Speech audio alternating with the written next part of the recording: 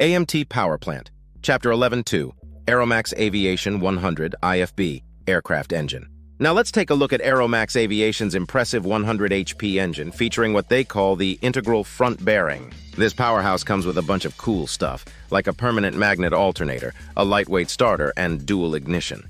And you know what? The way they've designed this engine allows for a sleek, aerodynamic cowl, which can seriously amp up the fuel efficiency of an experimental aircraft. This particular Aeromax engine is a 6-cylinder, air-cooled, direct-drive beauty. And because it's got 6 cylinders, it's as smooth as butter in terms of operation. But you know what really stands out? The way these engines handle heat dissipation, provided they're getting enough cooling air. Here's the fascinating part. These engines start their journey as GM Corvair automobile core engines. They're taken apart, and every component that's reused gets a good refurbishing and remanufacturing treatment. The crankshaft in the Aeromax 100 IFB aircraft engine undergoes rigorous inspection, including a Magnaflux inspection to make sure it's absolutely defect-free. Now, here's where the magic happens. They extend the crankshaft by mounting a crank extension hub on its front. Then comes the grinding. It's all about getting those bearing surfaces spot on, true to each other, and perpendicular to the crank's prop flange. They make sure there are no sharp corners, smoothing out all those stress points. And here's a cool detail. Every crankshaft undergoes nitration, a heat and chemical process that toughens up those surfaces. That, coupled with the integral front bearing, is key to handling those extra loads the engine faces in an aircraft. The engine case gets a thorough refurbishing, too. Any signs of wear and tear on the studs or bolts, they're replaced. The heads go through some machining to ensure they're up to scratch, and then it's all new valves, guides, and valve train components. They even do a 3-angle valve grind and lapping to ensure those valves seal up nicely. Once all that's done, the engine's installed on a test stand, pre-lubricated, and then run for a total of 2 hours over multiple runs. After each run, they carefully inspect the engine to make sure it's performing top-notch. They're not done yet. Oh no, they cut open the oil filter and give it a good check to record its condition. And guess what? All this process is properly documented and kept for each engine.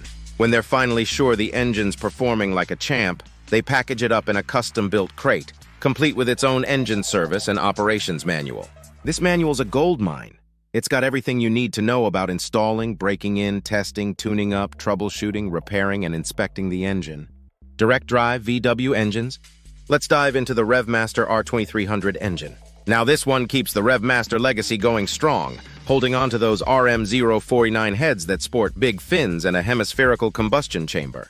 And hey, guess what? It's still pulling off that top horsepower of 82, just like its R2200 predecessor, spinning at 2950 RPM continuously. But hold on, when you crank this up for takeoff, it's hitting 85 horsepower at 3350 RPM. So how does it ramp up that power? They've bumped up the board a 94mm, elongated the connecting rods from the R2200, and pushed that stroke from 78 to 84mm. That's more displacement, and those longer rods are doing a stellar job at smoothing out those vibrations and beefing up the power.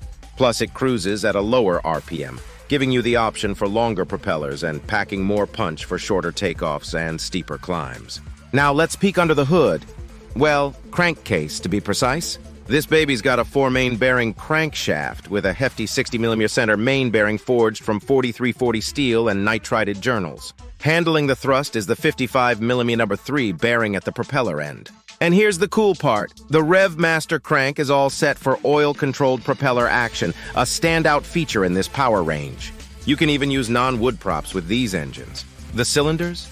Crafted from centrifugally cast chilled iron, giving them that durability edge. The pistons? Forged from high-quality aluminum alloy, balanced in a set of 4. And you've got options, 92mm or 94mm pistons, meant to fit right in with 78mm to 82mm stroke crankshafts. No spacers needed for those longer cylinders in the direct drive R2300. And let's talk ignition. It's rocking a dual CDI ignition, sparking 8 plugs with 8 coils, coupled with dual 20-amp alternators, an oil cooler, and that signature RevFlow carburetor. What makes rebuilds a breeze? They've used automotive-based bearings, valves, valve springs, and piston rings, among other bits and bobs, keeping things easy on the wallet. Now switching gears to Great Plains Aircraft and their Volkswagen engine conversions. These kits offer a range of 4-cylinder opposed engines, from 60 to 100 horsepower. You've got long block kits. Either assemble them on your own or get them shipped fully ready. Sizes go from 1600cc up to 2276cc, and they're all built from sturdy, time-tested components. Plus, they throw in a nifty Type 1 VW engine assembly manual for a smooth setup and operation. And finally, let's touch on the Teledyne Continental 0200 series. This gem's been a favorite in light sport aircraft, delivering a solid 100 brake horsepower and humming along at 27 to 50 RPM. It's a horizontally opposed air-cooled engine with overhead valve design, updraft intake inlets, and downdraft exhaust outlets hanging at the cylinder's bottom. The 200AB hits a sweet 201 cubic inches with a bore of 406 inches and a 388-inch stroke. Without the accessories, it's got a dry weight of 118 pounds, and you're looking at roughly 215 pounds with all the gear installed. Now, for those looking for something lighter, the 0200D steps in with a dry weight of about 199 pounds with accessories bolted on. This baby's got an oil system that runs like a champ, with a wet sump and high-pressure setup. Plus, it's rocking an induction system that does the job, sporting that trusty carburetor. Lycoming 0233 series light sport aircraft engine. The experimental 233 series from Lycoming Engines, a part of Textron Inc., packs a punch with its lightweight build, versatile fuel capabilities, and robust performance. This baby runs on both unleaded automotive fuel and avgas, giving you some great fuel flexibility. It's got a range of features: dual CDI spark ignition, an optimized oil sump, streamlined accessory housing, and even hydraulically adjusted tappets. Plus, it keeps the weight down with a lightweight starter and alternator, tipping the scales at a dry weight of 213 pounds, fuel pump included. And get this, it can churn out continuous power ratings of up to 115 horsepower at 2800 RPM. That's some serious power packed in this lightweight engine, and reliability, top-notch with a T-bow time between overhauls of 2400 hours. Now let's talk maintenance. When it comes to light sport Rotax engines, it's crucial to follow some distinct maintenance practices that set them apart from the conventional certified engines. Safety's a biggie here. Ignition off, system grounded, battery disconnected. And always secure the engine against any accidental operation. Even during maintenance that requires the ignition on and battery connected, ensuring the propeller's secured against any unintentional turning by hand and maintaining a propeller safety zone is key. This safety measure is all about avoiding any mishaps or injuries in case the engine decides to kick into action unexpectedly. Contamination is a big no-no too. No metal chips or foreign materials getting into those critical systems like cooling, lubrication, or fuel during maintenance. Burns and scalds are no fun, so letting the engine cool down to the outside air temperature before diving into any work is a must. And remember, cleanliness is king. Clean parts thoroughly, check for missing components, and only use specified adhesives, lubricants, cleaning agents, and solvents listed in the maintenance instructions. And when putting things back together, pay close attention to tightening torques for screws and nuts. Too tight or too loose could spell trouble for the engine. Now, when you're in the maintenance zone, no smoking, no sparks, and definitely no open flames. Always use the right tools for the job. Safety comes first. Don't skip replacing safety items like safety wiring or self-locking fasteners once removed. Keep an eye out for damaged threads or faces, replacing parts as needed. Sealing rings, gaskets, securing elements, swap them out when reassembling. Mark parts as necessary for proper reassembly, ensuring components go back in their original positions. Remember, when it's maintenance time, following the manufacturer's instructions to a T is crucial. Grab that servicing manual, give it a read, and make sure you've got a solid understanding of what's needed for those light sport or experimental engines. Maintenance schedule procedures and maintenance checklist. Maintenance is vital, and specific checks and work must be done within specified intervals. For instance, if a 100-hour check is done at 110 hours, the next check is due at 200 hours, not 210. It's about keeping things precise. And when carrying out maintenance, it's all about documentation.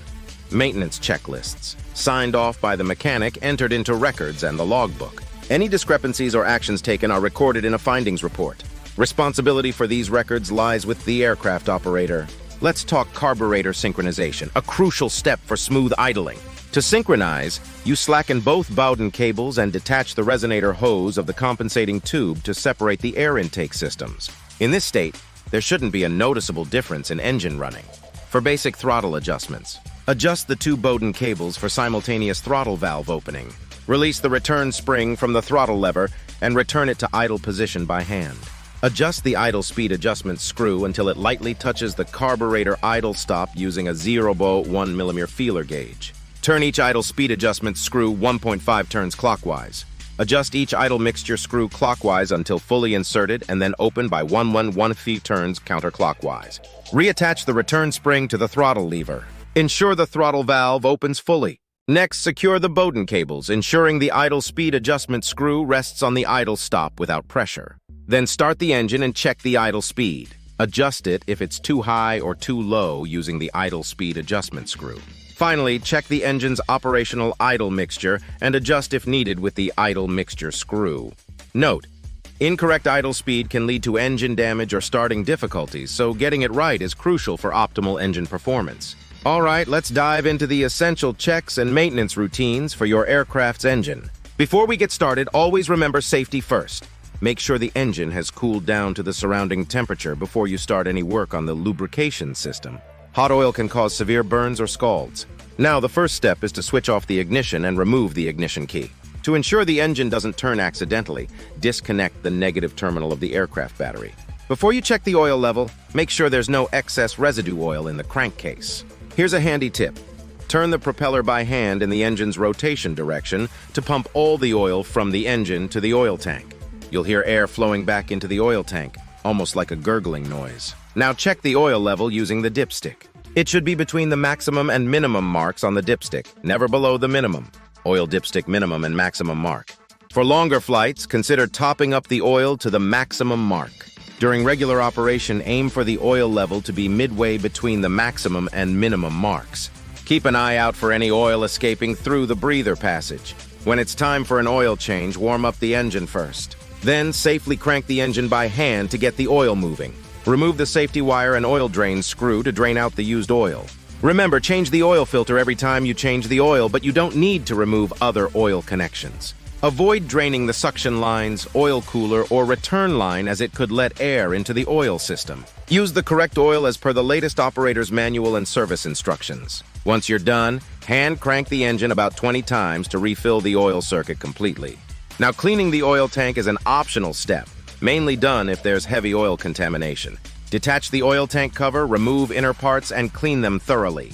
But be extra cautious during assembly. Incorrect setup could lead to engine faults or damage. Moving on, inspect the magnetic plug between cylinder 2 and the gearbox. Figure 1133. This is crucial as it helps gauge the internal condition of the gearbox and engine. Minor metal chips are okay, but larger accumulations indicate potential issues. For checking the propeller gearbox, there's a method called the friction torque check. This is more applicable for certified engines or those equipped with an overload clutch. Make sure the ignition is off and the system is grounded before proceeding. Measure the force needed to turn the propeller and calculate the friction torque within the specified range. If the friction torque isn't within the limits, it might be time to inspect or overhaul the gearbox. Always adhere to the manufacturer's instructions for continued airworthiness. And there you have it, a comprehensive overview of essential checks for your aircraft's engine. These routine checks ensure your engine stays in top-notch condition for safe and efficient flights. Daily maintenance checks. Today, let's go over the essential checks that should become second nature before every flight. Safety and maintenance checks are crucial, so let's dive in. First up, the daily maintenance checklist, ideal for routine inspections. Always ensure the ignition is off. Drain any accumulated water from the fuel tank sump or water trap if your aircraft is equipped with one. Check the carburetor rubber socket or flange for cracks and ensure it's securely attached. Inspect the carburetor float chamber for any water or dirt accumulation. Ensure the intake silencer and air filter are securely in place. Verify the radiator's mounting and inspect it for any signs of damage or leaks. Check the coolant level in the overflow bottle and the cap's security. Inspect coolant hoses for security, leaks, and chafing. Look out for coolant leaks around the cylinder head, cylinder base, and water pump. Verify the oil content for rotary valve gear lubrication and the oil cap's security. Check oil hoses for security, leaks, and chafing in the lubrication system. Confirm secure mounting of ignition coils, electronic boxes, and check electrical connections for any issues. Check the electric starter for secure mounting and inspect the cover for cracks. Verify the engine's secure mounting to the airframe and inspect for cracks. Check the fuel pump's mounting and all fuel hose connections for security, leakage, chafing, and kinks. Inspect the fuel pump impulse hose for secure connections, chafing, and kinks. Ensure the gearbox drain and level plugs are safety wired. Inspect the rubber coupling for any damage or signs of aging in C-type gearboxes. Rotate the engine by hand, listening for any unusual noises after ensuring the ignition is off. Check the propeller shaft bearing for clearance by gently rocking the propeller. Inspect throttle choke and oil pump lever cables for damage, including the end fittings, outer casing, and kinks. Moving on to the pre-flight checks. Always verify the ignition is off before proceeding. Check the fuel content. Look out for any coolant leaks. Verify the oil tank content for oil injection engines. Check spark plug connectors for security. Inspect the engine and gearbox for any oil leaks. Ensure all nuts, bolts, and screws are secure, checking the gearbox to engine mounting. Inspect the propeller for any splits or chips, repairing or rebalancing as needed. Confirm the security of the propeller mounting. Check throttle, oil injection pump, and choke actuation for smooth and full movement. Make sure the cooling fan turns when the engine is rotated for air-cooled engines. Inspect the exhaust for cracks, secure mounting, springs, and hooks for any wear and tear, ensuring the springs are properly safety wired. Start the engine after ensuring the area is clear of bystanders. For single ignition engines, test the operation of the ignition switch by flicking it off and on again at idling. For dual ignition engines, check the operation of both ignition circuits. During warm-up, check the operation of all engine instruments. Visually inspect the engine and exhaust for excessive vibration during warm-up, which could indicate a propeller out of balance. Verify that the engine reaches full power RPM during the takeoff roll. And there you have it, a comprehensive rundown of the daily and pre-flight checks that are crucial for maintaining your aircraft's safety and performance. These checks ensure that your aircraft is always in top-notch condition for a safe and smooth flight.